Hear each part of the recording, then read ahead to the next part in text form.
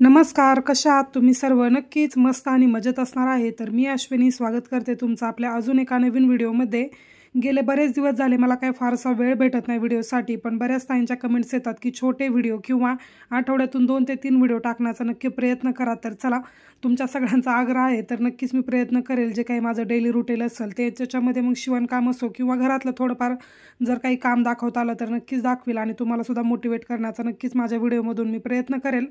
तर फायनली आपण जी काही हाय स्पीड मशीन आणि ओव्हरलॉकची मशीन घेतली होती त्या व्हिडिओवरती खूप साऱ्या कमेंट्स आल्या. तुमच्या इंस्टाग्राम असतील किंवा यूट्यूब असतील, मला बरेच असे व्हिडिओजमध्ये जे काय आहे ना डिटेल शेअर करा, म्हणजे कटिंग असेल ब्लाऊजचे किंवा अदर काही जर शिवणकामच्या रिलेटेड काही व्हिडिओज असतील ते शेअर करा, अशा बऱ्याच कमेंट असतात.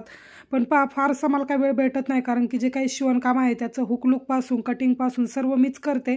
त्यानंतर मग माझ्यावरती बाकी जबाबदाऱ्यासुद्धा आहेत, त्यामुळे मग घरकाम राम ह्या सर्व गोष्टी मला एकटीला आता मॅनेज होत नाही. खूप जास्त दगदग होते जर सर्व गोष्टी करायच्या म्हटलं तर.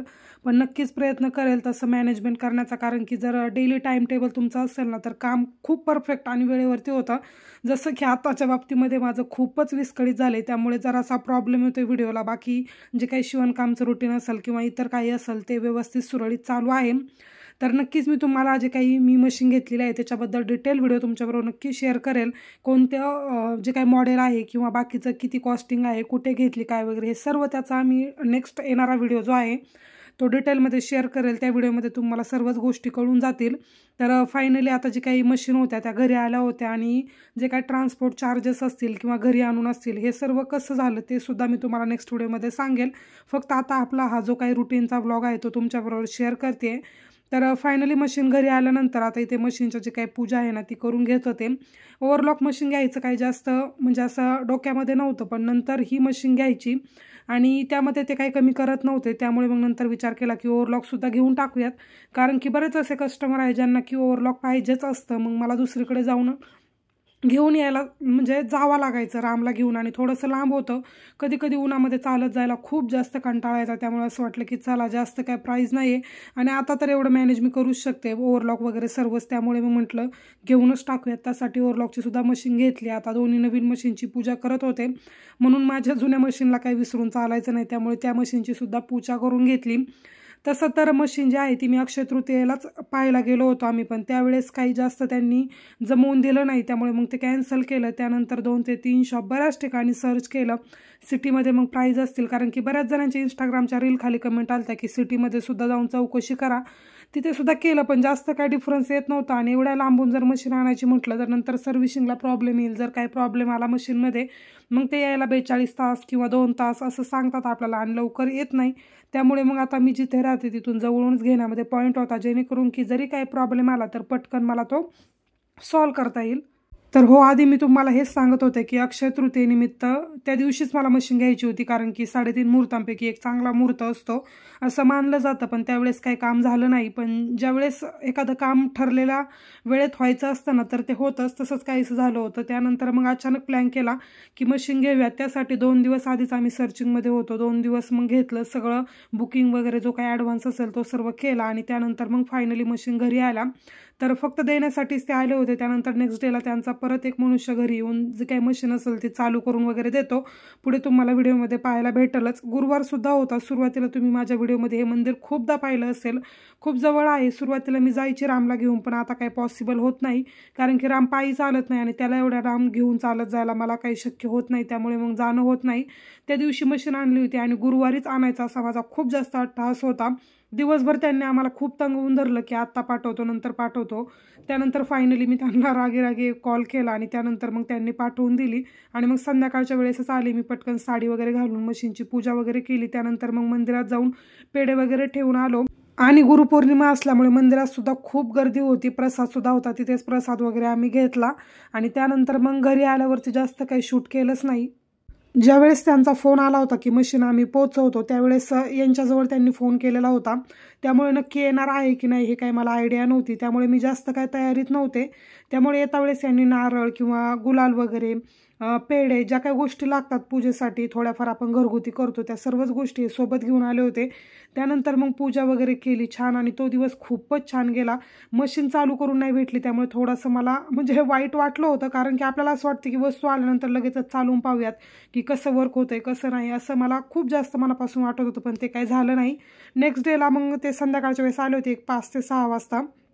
त्याला स्विच बोर्डसुद्धा वेगळा लागत होता, तर त्यामुळे तेव्हासुद्धा चालून काय पाहता आली नाही. त्यानंतर तिसऱ्या दिवशी म्हणजे मशीन चालू झाली. थोडक्यात मला तुम्हाला हे सांगायचं आहे.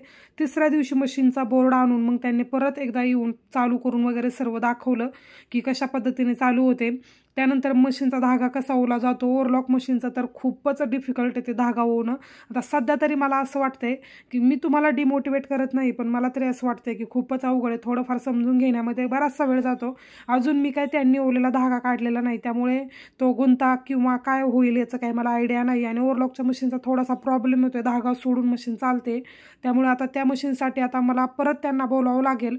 पण तो मनुष्यसुद्धा त्यांच्या दुसऱ्या शॉपमधून येतोय, कारण कंपनीवरती सुद्धा डिपेंड करते. आता येणाऱ्या नेक्स्ट व्हिडिओमध्ये तुम्हाला सांगालच. त्यामुळे तुम्ही जर मशीन घेण्याचा विचार करत असाल तर खरंच नक्कीच तुम्ही थोडासा विचार करून आणि कोणत्या कंपनीचं तुमच्या जवळ कोणाची फ्रँचायसीस आहे त्याच्यानुसार तुम्ही घ्या, जेणेकरून की काहीच प्रॉब्लेम येणार नाही. काही असे वाईट अनुभव आहेत जे की मी तुम्हाला नेक्स्ट व्हिडिओमध्ये सांगते की कशा पद्धतीने काही प्रॉब्लेमला फेस करावं लागतं. जर कोणतीही गोष्ट तुम्हाला घ्यायची असेल आणि त्याला जर तुम्हाला जास्त पैसे पे करायचे असेल तर नक्कीच ती गोष्ट विचार करून घ्या. खूप फसवणूक करतात. आता 2-3 शॉपमध्ये आम्ही मशीनची किंमत विचारली होती. प्रत्येक ठिकाणी कुठे 2,500, 2,000 किंवा 3,000 अशा डिफरन्सने आम्हाला ते प्राईस सांगत होते आणि यामधलं आम्हाला काही नॉलेज नव्हतं. मी एक सहज रँडम असा व्हिडिओ तुम्हाला इन्स्टावरती शेअर केला होता की मला मशीन घ्यायची आहे, तर नक्की सांगा की कोणत्या कंपनीची घेऊ. आणि खूप साऱ्या कमेंट्स म्हणजे जवळजवळ 100 ते 200 कमेंट्स त्या व्हिडिओवरती असतील की कोणत्या कंपनीची मशीन घ्या किंवा तुमचा अनुभव मी शेअर करायला सांगितला होता. कोणी सांगितलं 4 वर्ष 5 वर्ष, तर त्यातूनच मी 2 मॉडेल सिलेक्ट केले होते. एक म्हणजे नोवेल आणि एक जॅकची, तर दोन्हीपैकी एक घेऊयात असं मी विचार केला.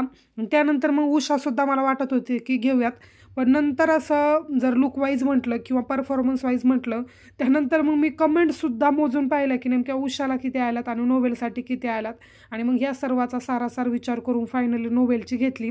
आणि एक असतं की आपल्या सुरुवातीपासून जर एखादा ब्रँड आपल्या हाताखालून गेलेलं असेल, आपण पाहिलेलं असेल, तर आपल्याला असं वाटतं नाही की याचं काम चांगलं असेल, त्यामुळे एक ते मनामध्ये होतं, त्यासाठी मग ती घेऊन टाकली. आता मशीन आलेलं 2 ते 3 दिवस झाले.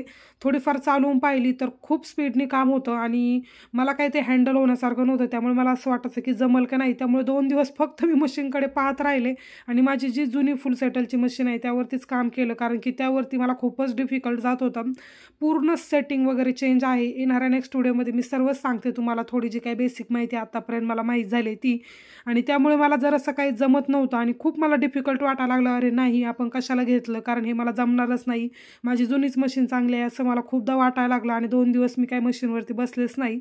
त्यानंतर मग एक दिवशी हे मला खूप ओरडले की मशीन कशाला घेतली, आपण पाठीमागे देऊन येऊयात, तुला जर बसायचंच नाही तर कशाला घेतली. ओव्हरलॉक मशीन मला आवडायची, जे काही जुने ब्लाऊज माझे होते त्याला सर्वाला मी ओव्हरलॉक वगैरे करून ठेवलं, पण ह्या मशीनवरती काय मी बसत नव्हते. त्यानंतर एकदा ओरडा खाल्ल्यानंतर मग बसायला लागले आणि इतकं छान वाटतंय की आता माझी जी काही जुनी मशीन आहे त्यावरती मी बसत नाही. म्हणजे त्याला ऑइलिंग करायचं सुद्धा माझ्या लक्षात राहत नाही कधी कधी, नाहीतर मी डेली या मशीनला ऑइलिंग वगैरे करायची. पण आता याकडे सुद्धा दुर्लक्ष करून चालणार नाही, कारण की नंतर जर कधी अकॅडमी वगैरे स्टार्ट केली तर क्लासेससाठी वगैरे मला ह्या मशीनची गरज पडेल. नाही तर पाहूयात, जर काही वेगळं काही वाटलं तर ते सुद्धा करेल.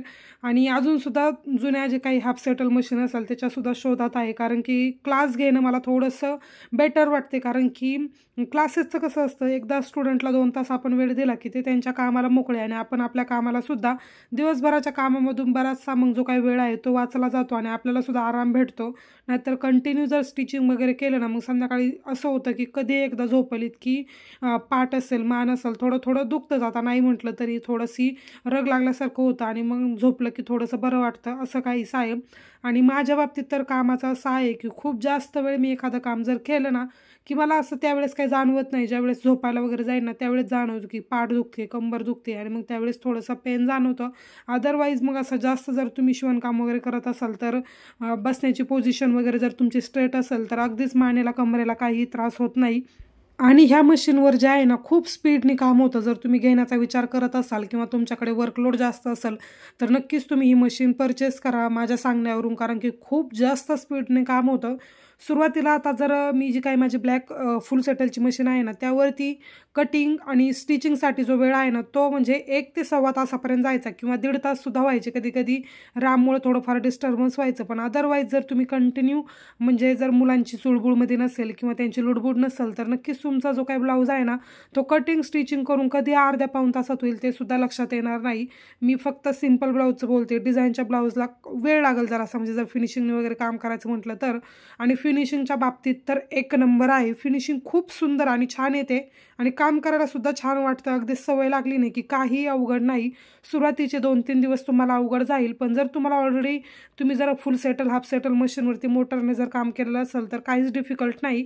आपल्या मनामध्ये थोडीशी भीती बसते, त्यामुळे काम करायला जरासं अवघड वाटतं. पण एकदा सवय लागली की खूप आरामदायी आणि छान काम आहे. जर तुम्हाला वर्कलोड जास्त असेल तर नक्कीच ही मशीन तुम्ही घेऊ शकता. तसा संपूर्ण जो काही रिव्ह्यू आहे तो मी नेक्स्ट व्हिडिओमध्ये तुम्हाला देईल. बाकी आजचा हा व्हिडिओ तुम्हाला कसा वाटला ते मला नक्की कमेंट करून सांगा.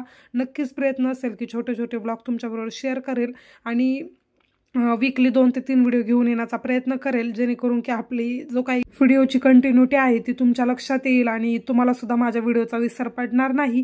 तर चला, कसा वाटला व्हिडिओ ते मला कमेंटद्वारे नक्की कळवा. आवडला असेल तर लाईक करा आणि हो, चॅनलवर जर तुम्ही नवीन असाल तर प्लीज चॅनलला सबस्क्राईब करा. तुम्ही व्हिडिओ शेवटपर्यंत पाहता, व्ह्यूजसुद्धा चांगले असतात. फक्त लाईक करायचं विसरतं, कारण की तुमच्या एका लाईक्सने हा जो व्हिडिओ आहे तो नेक्स्ट एखाद्या चांगल्या व्ह्यूवर्सपर्यंत किंवा ज्यांना शिवणकामाची आवड आहे, ज्यांना व्लॉग पाहण्याची आवड आहे त्यांच्यापर्यंत पोहोचवला जातो.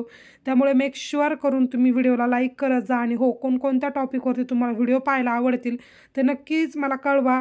कटिंग स्टिचिंगसाठी तुमच्या बऱ्याच कमेंट येतात, पण त्यासाठी काय अजून म्हणजे बराचसा वेळ मला भेटत नाही, कारण की सर्वच गोष्टी हँडल करायला काहीतरी गोष्टींचा मला सॅक्रिफाईससुद्धा करावं लागेल.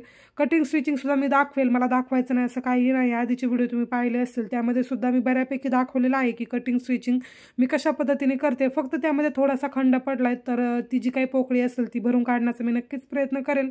तर चला, या नोटवरती आजचा व्हिडिओ संपवते. भेटूयात नेक्स्ट व्हिडिओमध्ये.